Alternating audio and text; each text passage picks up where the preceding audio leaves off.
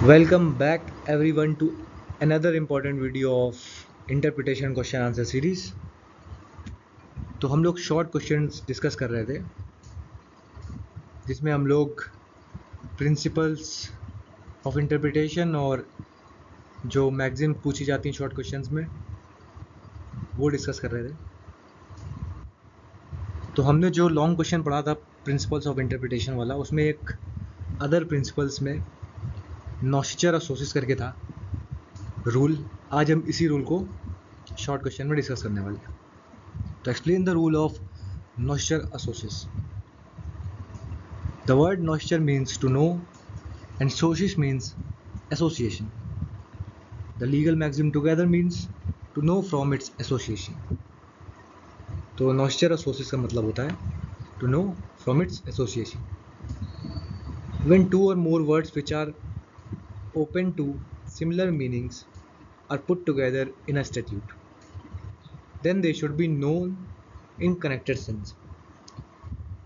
तो जब दो या दो से ज़्यादा वर्ड्स जो अगर एक साथ किसी स्टैट्यूट में पुट कर दिए जाएंगे तो वो ओपन हो जाएंगे सिमिलर मीनिंग के लिए। मतलब उनको सिमिलर मीनिंग भी दी जा सकती है एक दूसरे से। तो जब ऐसे वर्ड्स होते हैं तो हमें उन्हें एक कनेक्टेड सेंस में लेके चलना चाहिए। यही इस रूल का मतलब है। In simple, when meaning of any word is questionable then it could be derive from other words with in the statute. तो जब भी नॉर्मल हम लोग रीडिंग में भी यही करते हैं, जब हमें कोई वर्ड का मतलब नहीं समझ में आ रहा होता है तो हम पीछे देखते हैं, पूरा सेंटेंस पढ़ते हैं, कोई वर्ड से हम लोग डिराइव कर लेते हैं। तो वही बेसिक रूल है नॉस्चर ऑफ सोर्सेस का। तो जब भी कोई मीनिंग क्वेश्चनेबल होगी तो हम other words with in the statute से डिराइव कर लेंगे।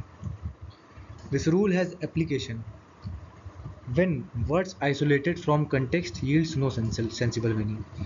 तो इस रूल को हम तभी अप्लाई करेंगे जब वर्ड्स को अगर हम अकेले सिर्फ वर्ड्स देखें तो उनका कोई सेंसिबल मतलब निकल नहीं रहा है, तो उनको डिराइव करना पड़ेगा।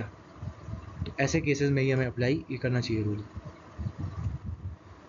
But it cannot prevail in cases where wider words have been deliberately used in order to make the scope defined words correspondingly wider।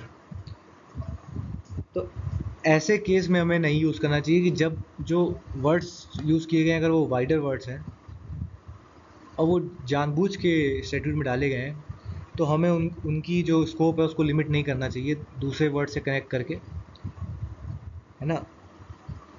तो उनको वाइडर ही रहने देना चाहिए अगर वो जानबूझ के डाले गए हैं। एक केस देख लेते हैं, Nagpur corporation versus it's employees. It was held by supreme court that activities of municipal corporation except functions of the state delegated to it would come under the ambit of term industry।